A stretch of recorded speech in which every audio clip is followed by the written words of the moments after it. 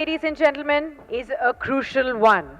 And the title itself will give you an indication of who all will be the panelists for this one. Our next panel is titled The Budget Makers. For this session, we are privileged to have with us the top bureaucrats from the Ministry of Finance, the very architects behind the Union Budget 2024-2025, who will share their insights on the key decisions and strategies and discuss how they balanced competing priorities, the challenges they faced while constructing the budget, and how they managed fiscal constraints while aligning the budget with long-term national objectives. Ladies and gentlemen, please put your hands together for our first panelist this evening for this edition, Mr. Ajay Seth, Secretary, Department of Economic Affairs. Huge round of applause. Mr. Ravi Agarwal, Chairman, CBDT. Warm welcome to you, sir, and thank you so much. We also have with us Mr. Sanjay Kumar Agarwal, Chairman, CBIC, to join us for this panel. To moderate this panel, I'd like to call on stage Siddharth Zarabi, Managing Editor, Business Today Television, and also joining him will be Mr. Sourav Majumdar, Editor, Business Today. Huge round of applause, ladies and gentlemen. Thank you very much, Sakshi. A very warm welcome to three of the budget makers. And I must say that we were hoping to have the Revenue Secretary also with us, but he couldn't make it. The Finance Secretary was also not able to make it. We have had all of them earlier on in multiple sessions, so we have compressed this session into one. And Mr. Seth at the start was telling me that he is not the tax person, so trust me, sir, we are not going to pose tax-related questions because those are some of the big headline points. I want to start, though, with you only, Mr. Seth, and try and get you to explain from the government's intent behind the new deal that you have announced for education. What really is the government's target here? Because post the budget, there have been several statements. For example, one which said that it's not mandatory for the companies to do so, we will nudge them. The other is 15,000 but in 3 installments. So there are questions. Earlier on, we had people from corporate India also ask this. And what is therefore the crux of the strategy behind the new education focus in the budget? Thank you very much. Now, there are 7 pieces here, and 5 of them are under PM's skilling package, skilling and employment package. I'll start with the 5th scheme, which you mentioned it, the internship in top 500 companies. If you say what it is, yes, it is voluntary for the companies to come in, is to give an exposure to the young people that what a successful business environment is. To raise the aspiration level, if somebody sees another person working in a successful environment, immediately the question comes in the mind, why I can't be like other person? Some of them, all of them is expected during the internship, will also learn hugely. So the idea there is, raise their ambition level, give them an exposure, and most of the cost is picked up by the government. Almost 85% of the cost gets picked up by the government. That's first piece. Second is a more structured one. In government institutions, industrial training institutes, ITIs, in a very strong partnership with the state governments, industry, and Government of India, I will put it that manner that the scheme has to be run by state governments, or rather the second driver to that scheme has to be the industry associations. Government of India is more of a facilitator. There's a big piece there. Then there are 3 schemes, which is supporting hiring of people, first timers under 2 schemes and 1 in any sector, and as a side story giving a fillip for the manufacturing sector. So they are the 3 direct employment oriented schemes. Then there are 2 other pieces. One, on the skilling side, somebody wants to take a small loan up to 7.5 lakh rupees, there's a scheme on a skilling loan. Then those who want to study higher education but in domestic institutions, up to 10 lakh rupees, there's interest subvention coming. So these are the 7 pieces around employment, skilling, and of course is a wider range of other associated matters. Okay, Sourav, before you come in, one quick follow-up with you, Mr. Seth. How much of the informal jobs that exist, because roughly 80% of the jobs are informal in India, into formal sector as a consequence of all these initiatives put together? Is there a number that you can share with all our viewers and the audience here? So when we look at that number, what we call is a formal, informal, let's put it this manner, is a simpler one, that anybody who is a subscriber to EPFO and paying a regular contribution, I'll treat it as a formal sector. It's not a large company, large corporate. Our MSMEs do employ a large number of people. What those numbers are? Every month, about 10 lakh people join EPFO. Some leave, some join back.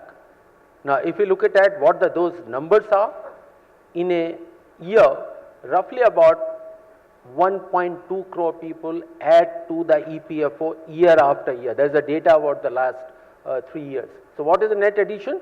It's about 10 lakh per month. That's what number I will put it. Okay, Sourav. Yeah, Mr. Seth, my question is also to you to start with. I'm talking about the fiscal deficit. Now, the broader question is that the RBI dividend has of course helped this year. How much do you think it has given you a leeway in this budget to look at the accelerated 4.9% fiscal deficit figure which the budget has come up with and which has been lauded actually? No, this has certainly helped, but if we say that what are the 4 pieces which have helped here? One, that economy did better than what we had expected, and we expect that to happen this year as well, may not be at the same level. So the revenues last year were better than what we had estimated in the revised estimate, and that we expect that some of the momentum will continue this year itself. The second piece is the government could prioritize expenditure which will have the maximum impact, including some of the employment and internship oriented schemes. So additional expenditure is of the order of about 90,000 crore. Third piece is where the RBI gave good dividend, which is about 1,20,000 more than what government had anticipated. So where this has been utilized, it has been utilized partly to finance the additional expenditure, priority expenditure. It has been utilized to retire some of the high cost debt, high interest rate debt, and then of course traveling on the path of fiscal consolidation instead of stopping at 5.1, coming to 4.9 this year, so that the heavy lifting which has to be done in the next year can be much more manageable.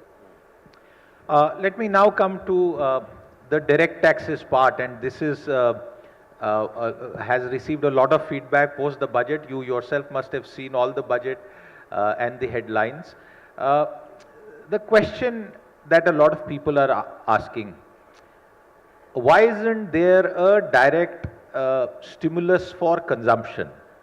In one of the panels earlier today, sir, we had Rajiv Memani, chairperson of EY India, say that 60 to 70,000 crore should have been provided for a consumption booster to the economy. You are the man who controls the purse strings. You have done away with indexation also for housing. But why didn't you give something for a big consumption boost?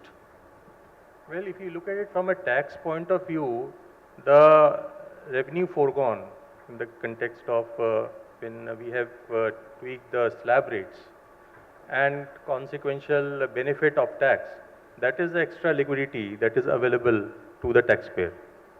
The other is that in the new regime, that insistence of being prescriptive about which investment to make, that also goes, and therefore that liquidity which is available is the taxpayer has the flexibility to invest or to consume in any manner that it wants.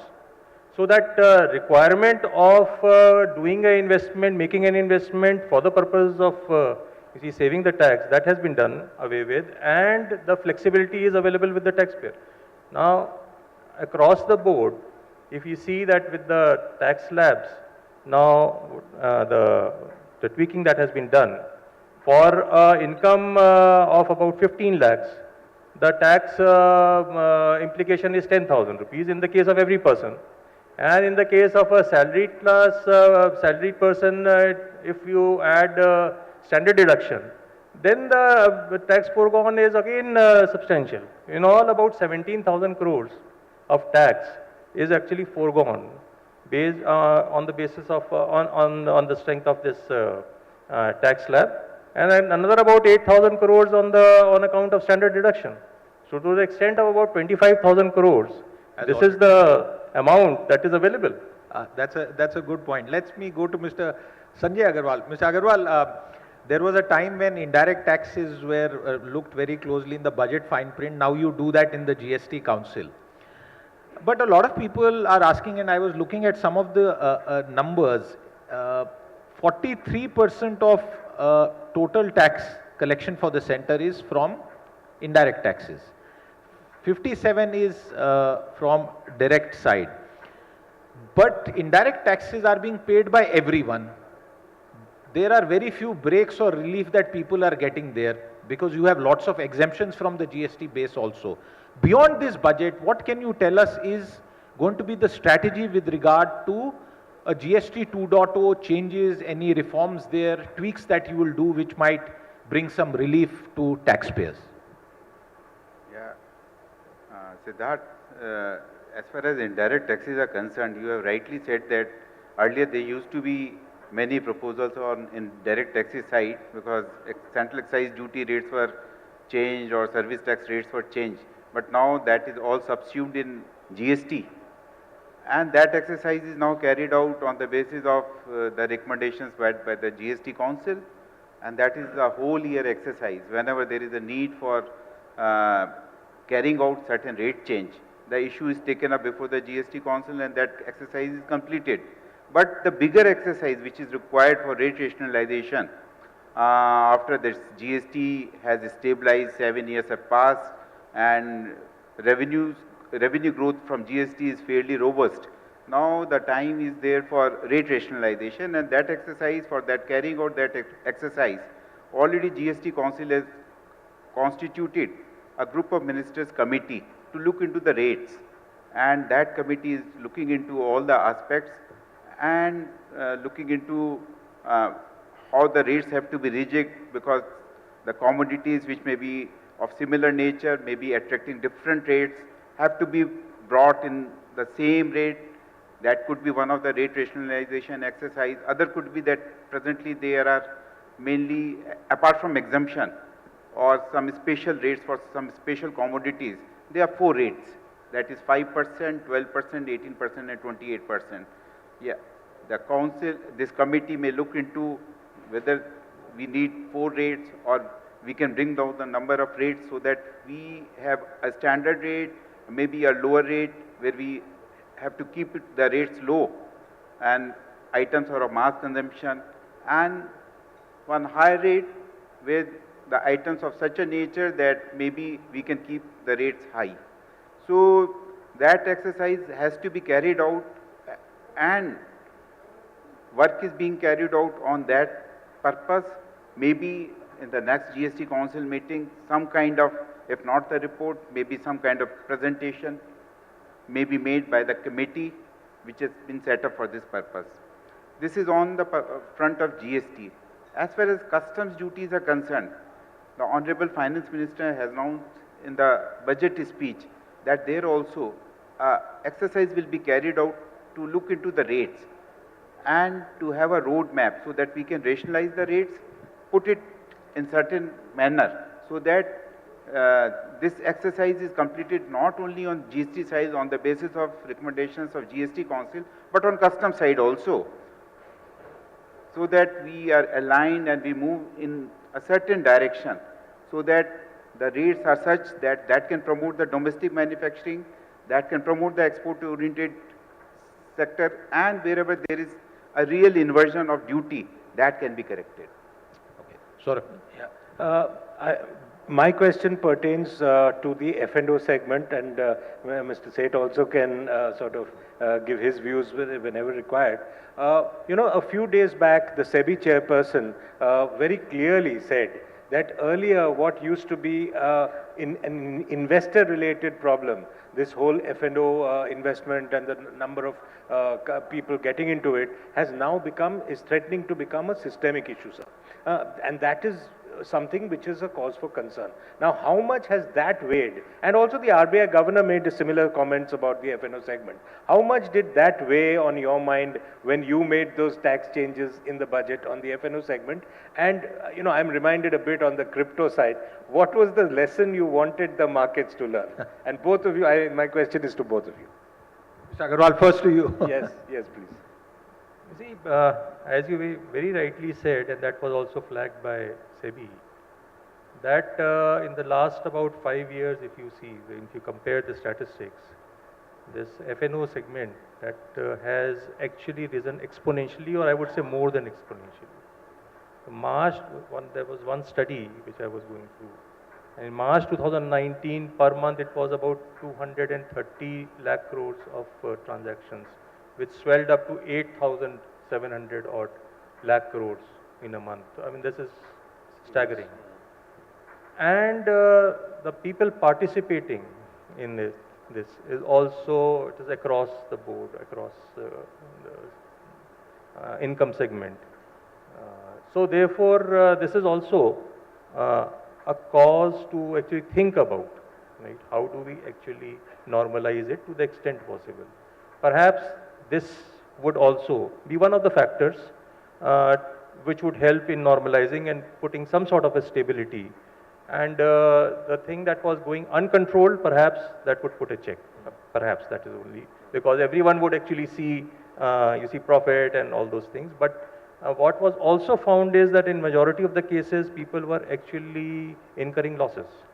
Absolutely. So a common man, a middle class youngster, being attracted to this segment and incurring losses is not a very happy situation. So maybe people should pause and think as to how do they go about it in future. Since of course the transactions was large, so there was a case for getting more revenue also. So both factors taken together prompted us to take this call. Mr. Seth. So first of all, I would like to make it very clear that derivatives market has a very important role to play in any financial market. And derivatives market, because there is some people want to cover their risk. They want to offload their risk. There has to be a set of people who assume risk. Both are needed in the market to succeed. But if we step back, come to the cash market, secondary market is needed because the most productive part of the market, which is the primary market, that which provides the primary capital for productive investment, that's the most desirable one. But people need a regular exit option, secondary market comes in. So people are holding assets, financial assets. They want to cover their risk. So derivative markets, both set of people go. Those who want to cover their risk and those who want to assume risk. When you find that any market, there are more people who are ready to assume risk, and the proportion of people who have to cover their risk, they don't have any underlying liability. That means the market is getting sort of irrational exuberance. It is getting into the area of where speculation is becoming the core of the drive, core of the momentum of that market. So this is a nudge from the government, saying that yes, first what my colleague made that point, that 9 out of 10 people losing money. So here is a nudge that if you are going into that market, have a look at it. Do you really have an underlying risk which you want to cover? And are you aware what the risks are? And then move and that part. And of course, it comes with a lot of investor education, so that every deal which is done, and I am told that there is on the screen, it comes in, that are you sure that you want to be in that particular area. So this is sort of a nudge rather than any blow. Not a blow, but it is government does operate through nudge rather than that's what I'm saying. So you're pointing to that direction, that be careful, here is, these are the risks and that's be careful correct. about it. I had a follow-up on that nudge. I'm not asking the CBDT chairperson that, I'm coming to you as the Economic Affairs Secretary of India. What was the economic philosophy or rationale and thinking behind removal of indexation? A lot of people have said that indexation and accepting and providing for the impact of inflation and change of time value of money is a settled principle all over the world. We seem to be an outlier by saying indexation in property is being removed, although you have also reduced the tax rate. You and others have said, Finance Minister has said revenue mobilization is not the target there. So what is the target? Because there is a fear that people will misdeclare and black money will come back full time into real estate. So what is the government seeking to do with that, sir? The attempt is, for a long, we followed a taxation policy wherein through the taxation policy, government wanted to nudge people to get into certain asset classes vis-a-vis others. We have moved beyond that. I will say that till couple of decades back, that used to be the philosophy.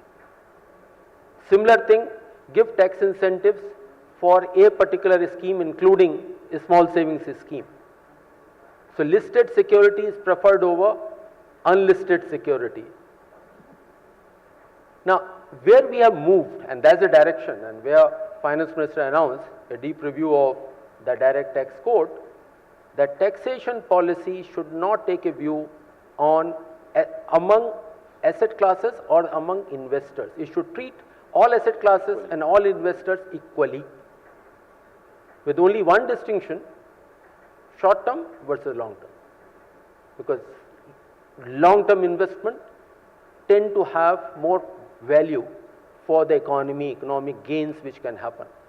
So this idea, whether there is equity, first of all, if you recall, last year, the debt, the preference for debt was taken away. The taxation policy preferring debt was taken away. This year, there is no distinction between debt, equity, within equity, listed, unlisted, equity versus gold, equity versus real estate, all asset classes the same, so that the investor can take an informed decision based on the risk and return profile as perceived by the investor.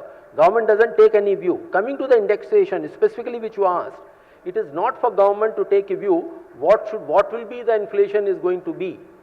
It's pure and simple risk and return profile. Who is the best judge? Investor is the best judge to take that call.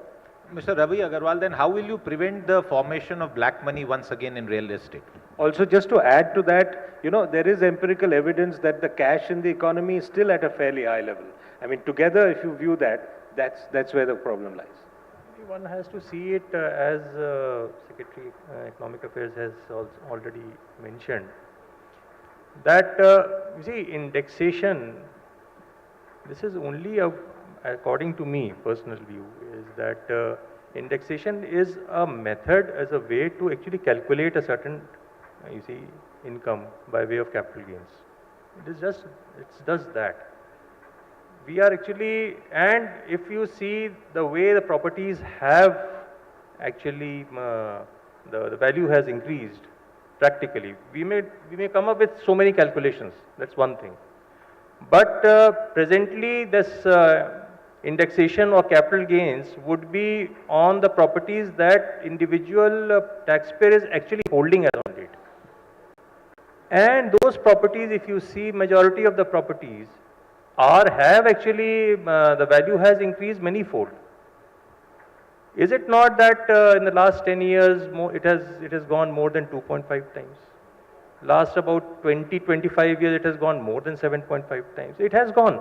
Sir, your point is absolutely well appreciated, but the fear is of financial irregularities coming back into the system, with people wanting to avoid the tax incidence, even if it is marginal in increase. You see, that's a relative concept. Ultimately, when the tax rate has come down, that is also an incentive. Why are we looking at only one portion of it? There are two components of it. One is the capital gains tax, for which a rollover is available, and the other is the capital gains tax. Now, capital gains tax, because of the reduced tax rate, it has gone down, and therefore the tax liability would also go down. So we have to see both the things rather than one. You wanted to come in, Mr. Seth, on that? Trying to address several objectives through a single instrument, we may not land up anywhere. The problem of black money, we're trying to sort it out through rate of taxation. If we want to use it, then simpler tax laws, moderate tax rate, as little exemption as possible. We all will be benefited. We all meaning that as economy, which will be a much better economy. Mr. Sanjay Agarwal, if you want to come in before Sourav does, I wanted to ask you, for years, import duties on mobile components, mobiles was increased to encourage domestic manufacturing. After the budget, one thing has been brought good news that certain kinds of mobile phones have become cheaper because you have lowered duties. So what is the intent here? All those people who are locally manufacturing those companies, are they going to sort of suffer a dent on account of this? What was the logic behind this move? Yeah, let me tell about the philosophy behind lowering the duty on mobile phones and certain parts of the mobile phones. In fact, mobile phones used to attract nil rate of duty not long time back. But under the phase manufacturing program, the duty on mobile phones and on certain parts was increased, and it reached up to the level of 20% in the year 2020. The idea was that we had to provide certain kind of protection for manufacturing industries which were getting set up in the country, and accordingly the rate of duty was calibrated in such a manner that we deepen the value chain, and accordingly the rates of duty was put on parts, assemblies, sub-assemblies, and the finished product, that is mobile phone. And that has paid very rich dividends. The ecosystem is created in the country. In fact, the mobile phone manufacturing in the last financial year reached to the level of rupees 4.1 lakh crores. And the exports of mobile phones were also taking a quantum jump, and it reached to the level of 1.2 lakh crores. And the new units like Apple through contract manufacturing, they also came into India and they started manufacturing the mobile phones in India, and now they are manufacturing the latest models also, and again exporting huge volumes of mobile phones from India. So the objective with which the rate of duty was increased under the phased manufacturing program, that was met. And I believe that a protection which is provided for a particular purpose, when the purpose is served, has to be brought down to the normal level. If we keep it at that higher level forever, for eternity, we are doing harm to that particular sector. In fact, the industry there, they will then be catering only to the domestic consumption, because if the higher tariff protection is provided, the goods can be sold in the country at higher rate. But if you want to go for export-led growth and make the sector ready for export, then we have to calibrate the duty in such a manner that duty rates are not very high. The reduction in rate of duty on mobile phones in this year was done with that very objective. Once the setup is there, ecosystem is there, and the industry is confident that they can meet any challenge, any global challenge, and then the time has come to reduce the rate of duty.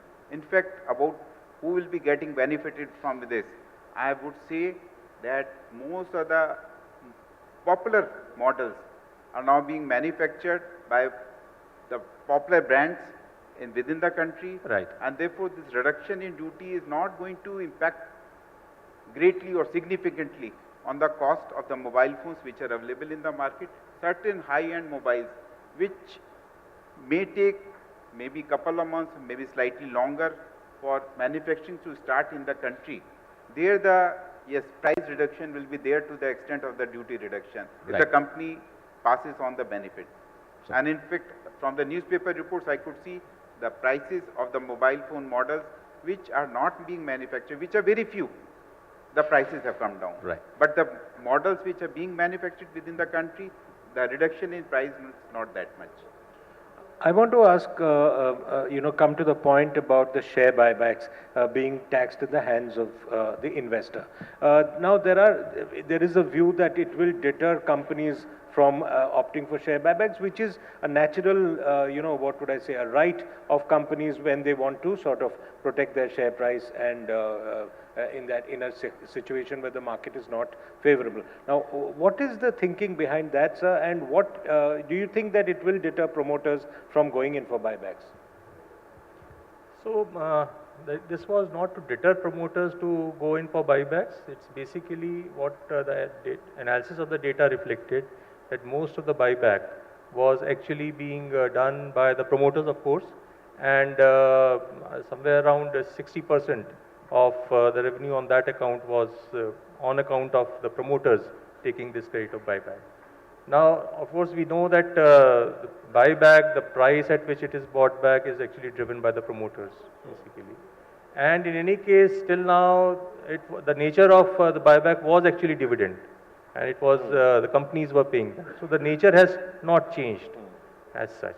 The only thing is that now it has been passed on to the shareholder rather than the company actually being liable for this tax. But at the same time, since that consideration as such has been taken as considered as a dividend, now naturally it's a capital asset in the hands of the the promoter. So therefore, corresponding logical step was that the net cost, the consideration may be taken as nil, and then you give benefit of the cost of equation, resulting in a capital loss to be offset and set off in future years. Okay, I have one question for Mr. Seth, but quick follow-up with you, Mr. Agarwal. One of the small fine prints in the finance bill is that people leaving India will have to take an income tax clearance certificate. I hope it is meant only for those who are leaving India for good. No, no. Actually, this provision 230A was always in the statute. It was always in the statute, and the liability to actually take this certificate is on very limited class of SSEs, where there is already a demand, and then when the department feels that yes, there has to be, a permission has to be taken, only then this certificate is required. The only change that has been made is that the Black Money Act, if there is a demand, if there is a liability under the Black Money Act, that also would be a consideration for issuing this certificate. Okay. That's the only change. Otherwise, everything remains the same. So don't worry on that count. You don't need an income tax certificate every time you travel overseas. Mr. Seth, the final question of the evening to you, and this is to ask you to explain to our audience and our viewers. First 2 terms of Modi government had supply side reforms. They were dealing with COVID and other emergencies also. The budget has indicated a new economic policy framework of sorts. What could that be? What are we looking at, and how will that pan out? So there are 3 policy level work which budget commits. One is economic policy framework, which are anchored to the vision of 2047, but will focus on what do we do in next 5 years and some idea about what we do it in next 10 years. Very significant part will get into what kind of a reforms we have to do, because as an economy, doing more investment is not going to be sufficient. We have to do it more smartly so that productivity in the economy goes up very significantly. That's the stage we have got in. So that's the kind of a work. It will not be a prescriptive work, but this is set the boundaries, set the way of how do we decide things in each sector. That's the first piece of work. Second piece of work is the financial sector, which we are talking about. That financial sector, hitherto for an economy of 335 lakh crore versus an economy which is 5 times or 7 times, is going to be entirely different. And as Finance Minister said, in terms of size, capacity and skill, it has to be entirely different. So what is this vision? What is a strategy? It will not be a policy document, but it will be a strategy document. And third piece of work is how do we deal with energy transition. So these are the 3 policy work which we feel, and these are all onerous work, but we will feel proud that we will be doing, we will be carrying out that work, and there will be a very wide-ranging consultation with the stakeholders. Just as a follow-up, before we wind up this discussion, Mr. Seth, the economic survey, where in multiple times talks about, a tripartite compact. That's the exact phrase which it uses very eloquently about between the center, the state governments and the private sector.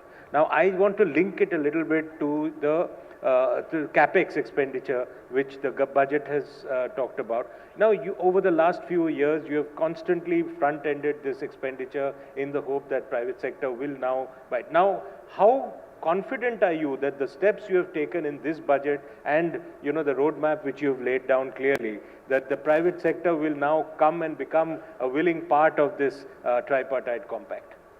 First of all, that theme from the economic survey, you will find a very strong reflection in the budget speech itself. That's exactly be it in the area of skilling, internship, energy, even on doing nuclear modular in a big manner, or a private pool for research and innovation and commercial exploitation, commercial development, not exploitation, commercial development in commercial world. Now, this is something when we interact with the industry, when we are interacting with industry associations, I am not talking about umbrella organizations like FICCI or CII, but even the sectoral industry people.